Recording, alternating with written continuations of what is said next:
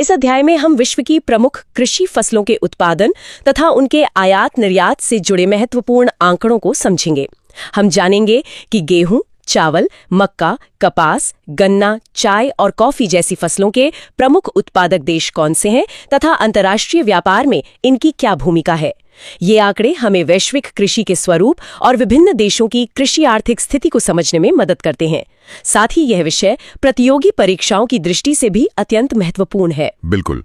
और सच कहूं तो इस सत्र का उद्देश्य सिर्फ कुछ सूचियों को रटना बिल्कुल नहीं है। सही बात है। क्योंकि प्रतियोगी परीक्षाओं में, विशेषकर यूपीएससी में, अक्सर सीधे सवाल नहीं पूछे जाते हैं। वहां आपसे इन आंकड़ों के पीछे का विश्लेषणात्मक कारण पूछा जाता है। ये समझना बेहद जरूरी है कि कैसे किसी देश का भूगोल, वहां की जलवायु प्रणाली और रातों रात बदलने वाली वैश्विक भू राजनीति इन उत्पादन और व्यापार के नंबरों को पूरी तरह से उलट-पुलट कर सकती है। मतलब रटने से काम नहीं चलेगा, हमें गहराई में जाना होगा। एकदम। जब हम इन आंकड़ों की गहराई में उतरते हैं ना, तो हमें दुनिया भर की अर्थव्यवस्थाओं, उनकी ताकत और उनकी कमजोरियों की एक बहुत ही स्पष्ट तस्वीर दिखाई देने लगती है। ठीक है, आइए इसे विस्तार से समझते हैं। सबसे पहले बात करते हैं प्रमुख खाद्यान्न फसलों के वैश्विक उत्पादन की, क्योंकि किसी भी अर्थव्यवस्था का आधार वहां का भोजन ही होता है। बिल्कुल, बुनियादी जरूरत है। तो अगर हम वैश्विक उत्पादन के लीडर बोर्ड पर नजर डालें तो चावल के उत्पादन में शीर्ष 5 देश कुछ इस प्रकार हैं। पहले नंबर पर हमेशा की तरह चीन ने बाजी मारी है, दूसरे स्थान पर हमारा भारत है, तीसरे पर बांग्लादेश, चौथे पर इंडोनेशिया और 5वें स्थान पर वियतनाम ने अपनी जगह पक्की की है। अब इस सूची को देखकर एक बात तो तुरंत दिमाग में आती है कि ये पूरी तरह से एशिया का दबदबा है। बिल्कुल, और इसे भूगोल की भाषा में समझना बहुत आसान है। ये सभी एशियाई देश हैं और यहाँ एक विशेष प्रकार की जलवायु पाई जाती है जिसे आर्द्र उपोष्ण या उष्णकटिबंधीय मानसूनी जलवायु कहते हैं, जहाँ बारिश काफी अच्छी होती है। सही कहा। देखिए, चावल कोई ऐसा पौधा नहीं है जिसे आप बस जमीन में गाड़ दें और वो उग जाए।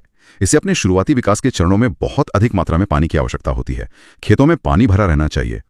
तो दक्षिण और दक्षिण पूर्व एशिया का जो मानसूनी मौसम है, जहां कुछ ही महीनों में भारी बारिश होती है, वो इस फसल के लिए एकदम प्राकृतिक और अनुकूल वातावरण तैयार करता है। यही कारण है कि दुनिया का लगभग 90% चावल इसी क्षेत्र में उगाया और खाया जाता है। ये एक बहुत ही तार्किक बात है। लेकिन अगर हम दूसरी प्रमुख फसल यानी गेहूं की बात करें तो वहां कहानी थोड़ी बदल जाती है। बिल्कुल बदलती है। गेहूं के उत्पादन में भी चीन पहले नंबर पर और भारत दूसरे नंबर पर कायम है, लेकिन इसके बाद के नाम एकदम अलग है। तीसरे स्थान पर रूस है, चौथे पर संयुक्त राज्य अमेरिका और 5वें पर फ्रांस आता है। मतलब यहाँ एशिया के साथ साथ यूरोप और अमेरिका भी मैदान में आ गए हैं। यहाँ जो बात सबसे आकर्षक है वो ये है कि कृषि उत्पादन के आंकड़े जलवायु और सप्लाई चेन के कारण थोड़े बदल सकते हैं, लेकिन शीर्ष 2 या 3 देशों का क्रम आमतौर पर स्थिर ही रहता है, जैसे चीन और भारत। हाँ।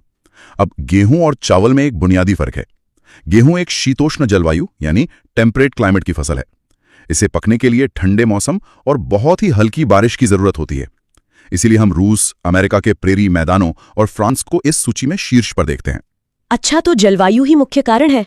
बिल्कुल, लेकिन यहाँ प्रतियोगी परीक्षाओं की तैयारी कर रहे छात्रों के लिए ध्यान देने वाली बात यह है कि भारत का भूगोल इतना विविध है कि वो चावल जैसी उष्णकटिबंधीय फसल और गेहूं जैसी शीतोष्ण फसल दोनों के ही वैश्विक उत्पादन में पूरी मजबूती से दूसरे स्थान पर काबिज है। ये भारत की जलवायु विविधता की बहुत बड़ी ताकत है ना? बिल्कुल, ये हमारी कृषि क्षमता का बहुत बड़ा प्रमाण है।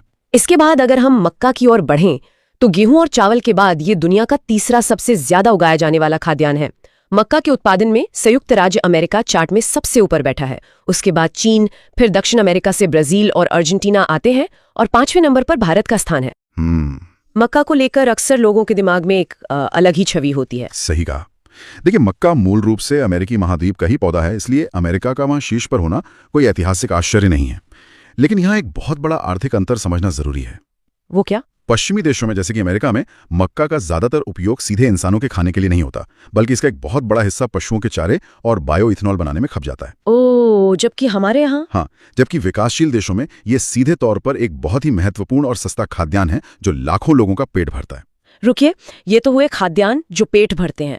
अब जरा उन फसलों की तरफ चलते हैं जो अर्थव्यवस्था की मशीन को ईंधन देती हैं। मेरा मतलब है वाणिज्यिक और नकदी फसलें, कैश क्रॉप्स। हाँ, गन्ने के उत्पादन में ब्राजील ने अपना दबदबा कायम रखा है। उसके बाद भारत, चीन, थाईलैंड और पाकिस्तान का नंबर आता है। कपास की बात करें तो चीन पहले स्थान पर है, भारत दूसरे, अमेरिका तीसरे, ब्राजील चौथे और पाकिस्तान 5वें स्थान पर। और जूट को देखें तो भारत पहले स्थान पर है, उसके बाद बांग्लादेश, चीन, उज्बेकिस्तान और नेपाल है। ये नकदी फसलों का आंकड़ा किसी भी देश के औद्योगिकरण की कहानी कहता है। भारत गन्ना और कपास में दूसरे स्थान पर है और जूट में पहले स्थान पर। ये कोई साधारण फसलें नहीं है, ये उद्योगों का आधार है। बिल्कुल, ये औद्योगिक कच्चा माल है। गन्ना सीधा चीनी उद्योग और आजकल इथेनॉल ब्लेंडिंग को चलाता है। कपास और जूट किसी भी देश के वस्त्र उद्योग यानी टेक्सटाइल और पैकेजिंग इंडस्ट्री की रीढ़ होते हैं। अगर ये फसलें कम हो जाएं तो सिर्फ किसान को नुकसान नहीं होता, बल्कि बड़े बड़े कारखाने बंद हो जाते हैं। एकदम सही, और लाखों मजदूरों की नौकरियां चली जाती हैं। इसी बात को आगे बढ़ाते हुए बागानी फसलों यानी प्लांटेशन क्रॉप्स का हाल जान लेते हैं।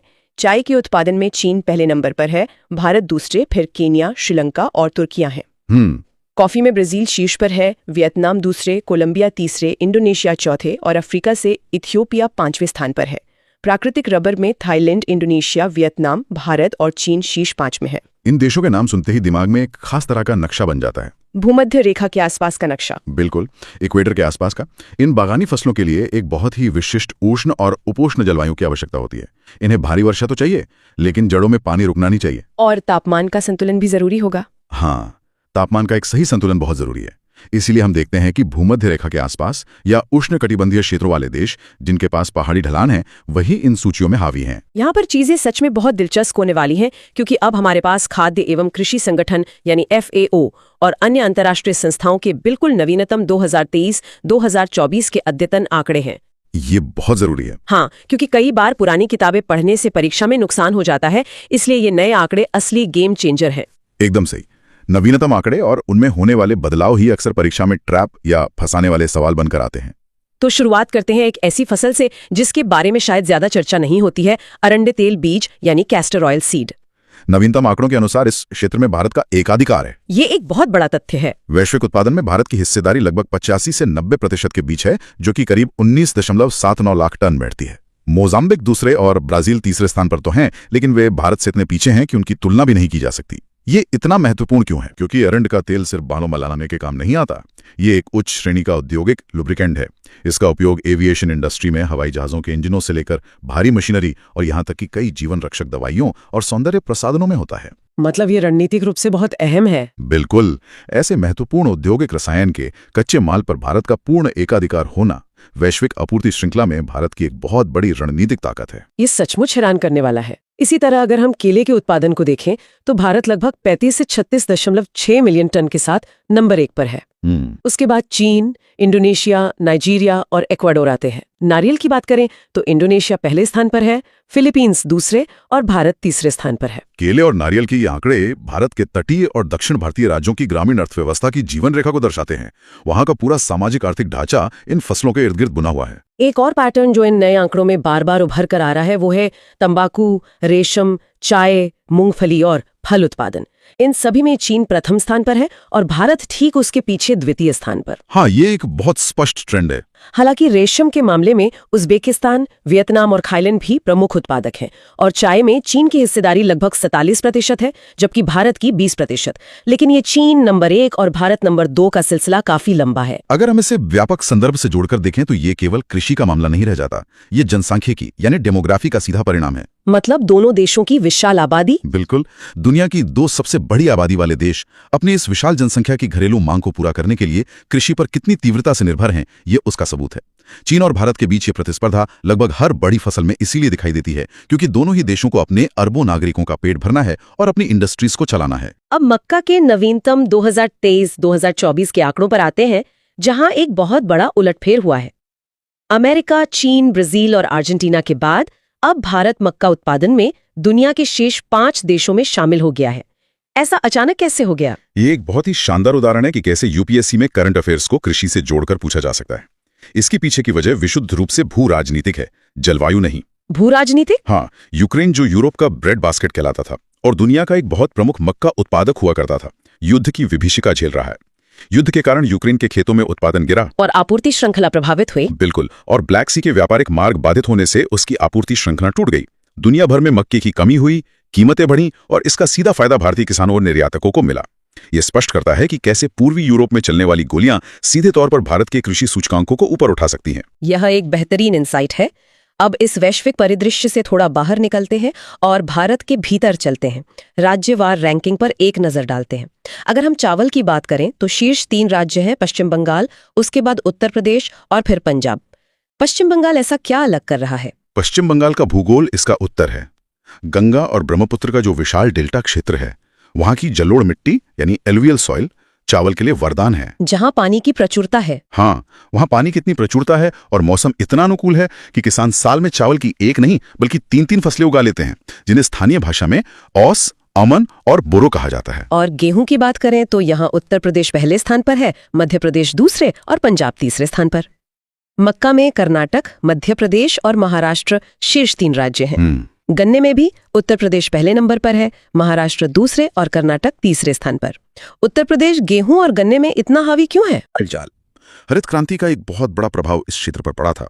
उपजाऊ मिट्टी और सुनिश्चित सिंचाई की सुविधाओं के कारण उत्तर प्रदेश खाद्यान्न और गन्ने जैसी पानी मांगने वाली फसल के मामले में पूरे देश का पेट भरता है। अब नकदी फसलों की राज्यवार स्थिति देखते हैं। कपास के मामले में गुजरात सबसे आगे है, फिर महाराष्ट्र और तेलंगाना का नंबर आता है। जूट में पश्चिम बंगाल प्रथम है, असम द्वितीय और बिहार तृतीय। कपास में गुजरात और महाराष्ट्र का हमेशा आगे रहना कोई संयोग तो नहीं हो सकता? बिल्कुल संयोग नहीं है। कपास के आंकड़ों को ध्यान से देखें, गुजरात और महाराष्ट्र का जो दक्कन का पठार है वो अपनी विशेष काली मिट्टी के लिए जाना जाता है। इस मिट्टी को भूगोल में रेगूर मिट्टी भी कहते हैं, जो कपास के लिए सबसे अच्छी होती है। एकदम सही। ये मिट्टी ज्वालामुखी चट्टानों के टूटने से बनी है और इसमें नमी सोखकर रखने की अद्भुत क्षमता होती है। यही कारण है कि ये काली मिट्टी कपास की खेती के लिए पूरी दुनिया में सर्वोच्च मानी जाती है। और जूट के लिए बंगाल? जहां तक जूट की बात है तो पश्चिम बंगाल का हुगली नदी बेसिन क्षेत्र सबसे अनुकूल है। जूट की फसल कटने के बाद उसके तने को पानी में सड़ाकर रेशा निकाला जाता है, जिसे रेटिंग कहते हैं, जिसके लिए बहुत सारा पानी चाहिए होता है। हाँ, इसके लिए भारी मात्रा में रुके हुए साफ पानी की आवश्यकता होती है, जो बंगाल के उस क्षेत्र में प्राकृतिक रूप से उपलब्ध है। ये बहुत ही रोचक है कि कैसे एक खास तरह की मिट्टी या पानी की उपलब्धता पूरे राज्य की अर्थव्यवस्था तय कर रही है। अब बागानी फसलों की ओर मुड़ते हैं। चाय में असम पहले स्थान पर है, पश्चिम बंगाल दूसरे और तमिलनाडु तीसरे स्थान पर। कॉफी में कर्नाटक का भारी दबदबा है, फिर केरल और तमिलनाडु आते हैं। प्राकृतिक रबर में केरल पहले स्थान पर है, त्रिपुरा दूसरे और कर्नाटक तीसरे स्थान पर। दक्षिण और उत्तर पूर्व का ये बंटवारा कैसे काम करता है? इन बागानी फसलों में दक्षिण भारतीय राज्यों का दबदबा उनकी विशिष्ट स्थलाकृति यानी टोपोग्राफी के कारण है। नीलगिरी की पहाड़ियां, पश्चिमी घाट का ढलान और वहां का उष्णकटिबंधीय मौसम कॉफी और रबर के लिए एकदम सही है। और चाय के लिए? उत्तर पूर्व? वहीं उत्तर पूर्व में असम और पश्चिम बंगाल के दार्जिलिंग क्षेत्र की ढलान वाली जमीन चाय के बागानों के लिए विश्व प्रसिद्ध है। इन दोनों ही जगहों पर एक समानता है, भारी बारिश होती है लेकिन पहाड़ी ढलान के कारण पानी जड़ों में रुकता नहीं है, जो इन फसलों के लिए अनिवार्य शर्त है। तो इन सब का आखिर मतलब क्या है? हमने उत्पादन के इतने सारे नंबर, लीडर बोर्ड और मिट्टी के प्रकार देख लिए, लेकिन एक बात जो प्रतियोगी परीक्षाओं में अक्सर छात्रों को फंसाती है वो ये है कि क्या सबसे ज्यादा उगाने वाला देश हमेशा सबसे बड़ा निर्यातक भी होता है? ये बहुत बड़ा भ्रम है। आइए उत्पादन से आगे बढ़कर अंतर्राष्ट्रीय व्यापार यानी आयात निर्यात के असली खेल को समझते हैं। ये इस पूरे गहन अध्ययन का शायद सबसे महत्वपूर्ण विश्लेषणात्मक मेंटल मॉडल है। बहुत से छात्र परीक्षा में ये गलती कर बैठते हैं कि जो देश सबसे ज्यादा उत्पादन करता है वही सबसे बड़ा निर्यातक भी होगा, लेकिन आपूर्ति श्रृंखला, घरेलू खपत और व्यापार के यथार्थ बिल्कुल अलग होते हैं। इसे चावल के उदाहरण से समझते हैं। हमने शुरू में देखा था कि चीन दुनिया का सबसे बड़ा चावल उत्पादक है, लेकिन अंतर्राष्ट्रीय बाजार में वो सबसे बड़ा निर्यातक नहीं है। बिल्कुल नहीं, बल्कि भारत दुनिया का सबसे बड़ा चावल निर्यातक है। वैश्विक चावल व्यापार में भारत की हिस्सेदारी सबसे ज्यादा है। और सबसे मजेदार बात तो यह है कि चीन और फिलीपींस अंतर्राष्ट्रीय बाजार में चावल के प्रमुख आयातक यानी खरीदने वाले देश हैं। जो सबसे ज्यादा उगा रहा है वही खरीद भी रहा है। यही तो अर्थशास्त्र का असली खेल है। ऐसा इसलिए है क्योंकि चीन की अपनी घरेलू आबादी इतनी विशाल है कि उसका दुनिया में सबसे ज्यादा उत्पादन भी उसके लोगों का पेट भरने के लिए कम पड़ जाता है, इसलिए उसे बाहर से भी चावल मंगाना पड़ता है। और भारत की स्थिति? दूसरी ओर भारत की आबादी भी बहुत बड़ी है, लेकिन हमारे किसान इतना अधिक चावल उगाते हैं कि घरेलू मांग पूरी करने के बाद भी हमारे गोदामों में एक बहुत बड़ा अधिशेष यानी सरप्लस बच जाता है, जिसे हम पूरी दुनिया में बेचकर विदेशी मुद्रा कमाते हैं। बिल्कुल। और गेहूं की कहानी भी कुछ इसी तरह का विरोधाभास दिखाती है। उत्पादन में चीन और भारत आगे थे, लेकिन रूस दुनिया का सबसे बड़ा गेहूं निर्यातक राष्ट्र है। उसके बाद यूरोपीय संघ और अमेरिका का स्थान आता है, जबकि मिस्र और इंडोनेशिया इसके सबसे बड़े आयातकों में गिने जाते हैं। इसे आप भूमि और जनसंख्या के अनुपात यानी लैंड टू पॉपुलेशन रेशियो से समझ सकते हैं। रूस के पास दुनिया की सबसे विशाल भूमि है, लेकिन उसकी आबादी भारत या चीन के मुकाबले बहुत ही कम है। मतलब उनका सरप्लस बहुत ज्यादा है। बिल्कुल। इसलिए वो जो भी गेहूं उगाता है उसका एक बहुत बड़ा हिस्सा वो अंतर्राष्ट्रीय बाजार में बेचने के लिए स्वतंत्र होता है। वहीं मिस्र जैसे देशों में रेगिस्तान अधिक है, कृषि योग्य भूमि कम है, इसलिए उन्हें आयात पर निर्भर रहना पड़ता है। अब कपास का जो उदाहरण है वो वैश्वीकरण को समझने के लिए सबसे सटीक है। संयुक्त राज्य अमेरिका कपास के उत्पादन में चीन और भारत के बाद तीसरे नंबर पर आता है। लेकिन जब बात निर्यात की आती है तो अमेरिका दुनिया का सबसे बड़ा कच्चा कपास निर्यातक है। और इसके सबसे बड़े खरीदार कौन है? चीन, बांग्लादेश और वियतनाम। ये एक बहुत ही क्लासिक औद्योगिक आपूर्ति श्रृंखला का उदाहरण है। अमेरिका के पास विशाल आधुनिक खेत हैं जहां मशीनों से भारी मात्रा में कपास उगाया जाता है, लेकिन अमेरिका के पास वो विशाल और सस्ता श्रमिक वर्ग नहीं है जो कपड़े सिलने के कारखानों में काम करे, जो कि एशियाई देशों के पास है। एकदम सही। दूसरी तरफ चीन, बांग्लादेश और वियतनाम में कपड़ा बनाने की फैक्ट्रियां यानी टेक्सटाइल इंडस्ट्री का दुनिया का सबसे बड़ा हब है। इसलिए एक अजीब सा चक्र चलता है। अमेरिका कपास उगाकर एशिया भेजता है, एशिया के मजदूर उस कच्चे कपास से धागा और फिर टी शर्ट बनाते हैं, और फिर वही टी शर्ट वापस अमेरिका या यूरोप के किसी मॉल में कई गुना कीमत पर बिकने के लिए चली जाती है। बिल्कुल। यहाँ हम देख सकते हैं कि केवल कृषि क्षमता ही नहीं बल्कि औद्योगिक क्षमता व्यापार की दिशा तय करती है। खाद्य तेलों यानी एडिबल ऑयल्स की बात करें तो ये भारत के लिए एक बहुत बड़ा आर्थिक सिरदर्द है। भारत विश्व में खाद्य तेलों, विशेषकर पाम तेल, सोयाबीन तेल और सूरजमुखी तेल का सबसे बड़ा आयातक है। यह हमारी एक बड़ी कमजोरी है।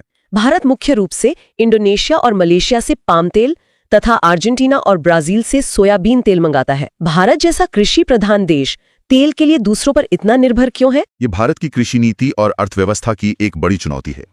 भारत मूंगफली, सरसों जैसे तिलहन का उत्पादन तो करता है, लेकिन हमारी घरेलू मांग इतनी ज्यादा है और हमारे खाने में तेल का उपयोग इतना अधिक है कि हमारा अपना उत्पादन ऊंट के मुंह में जीरा साबित होता है। मतलब मांग आपूर्ति से कहीं ज्यादा है। हाँ, हमें हर साल भारी मात्रा में खाद्य तेल आयात करना पड़ता है, जिससे हमारे विदेशी मुद्रा भंडार और आयात बिल पर बहुत बड़ा बोझ पड़ता है। 70 और 80 के दशक में जो पीली क्रांति शुरू की गई थी, उसका मुख्य उद्देश्य भारत को तिलहन उत्पादन में आत्मनिर्भर बनाना और इसी आयात निर्भरता को कम करना था। लेकिन आज भी ये एक अधूरा लक्ष्य है जिस पर काम चल रहा है। अंत में कॉफी का अंतर्राष्ट्रीय व्यापार भी एक अलग ही कहानी कहता है। ब्राजील यहाँ निर्विवाद राजा है। वो न केवल सबसे बड़ा उत्पादक है बल्कि विश्व का सबसे बड़ा कॉफी निर्यातक भी है। और संयुक्त राज्य अमेरिका तथा यूरोपीय देश इसके प्रमुख आयातक हैं। व्यवस्था में कच्चे तेल का है। उनकी लाल मिट्टी, उनके विशाल पहाड़ी बागान जिन्हें फजेंडा कहा जाता है, सब कुछ कॉफी के अनुकूल है। और मांग पश्चिमी देशों में है। बिल्कुल, चूंकि पश्चिमी देशों में कॉफी की भारी मांग है, लेकिन उनकी ठंडी जलवायु में इसे उगाया नहीं जा सकता, इसलिए ब्राजील इस बाजार पर एक तरफा राज करता है। इस पूरे विस्तृत विश्लेषण से ये बात बिल्कुल साफ हो जाती है कि किताब में लिखा कोई भी आंकड़ा केवल एक निर्जीव संख्या नहीं है। हर नंबर के पीछे मानसूनी हवाओं का मिजाज, सदियों पुरानी मिट्टी की तासीर, उद्योगों की आधुनिक मांग और देशों के आपसी भू राजनीतिक रिश्ते मजबूती से जुड़े हुए हैं। इससे एक महत्वपूर्ण सवाल खड़ा होता है। कैसा सवाल? आज हमने शीर्ष देशों और राज्यों की रैंकिंग देखी। हमने समझा कि कैसे नदियां, मिट्टी और सदियों से चला रहा मौसम इन आंकड़ों को स्थिर रखता है।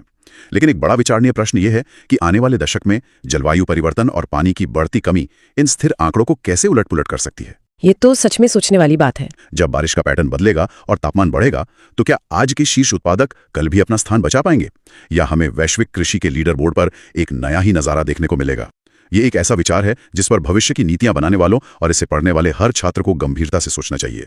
अगर आपको ये लेक्चर उपयोगी लगा हो तो लाइक कीजिए, शेयर कीजिए और चैनल को सब्सक्राइब करना मत भूलिए, क्योंकि अध्याय 3 में हम कृषि से जुड़ी शाखाओं और क्रांतियों पर चर्चा करेंगे।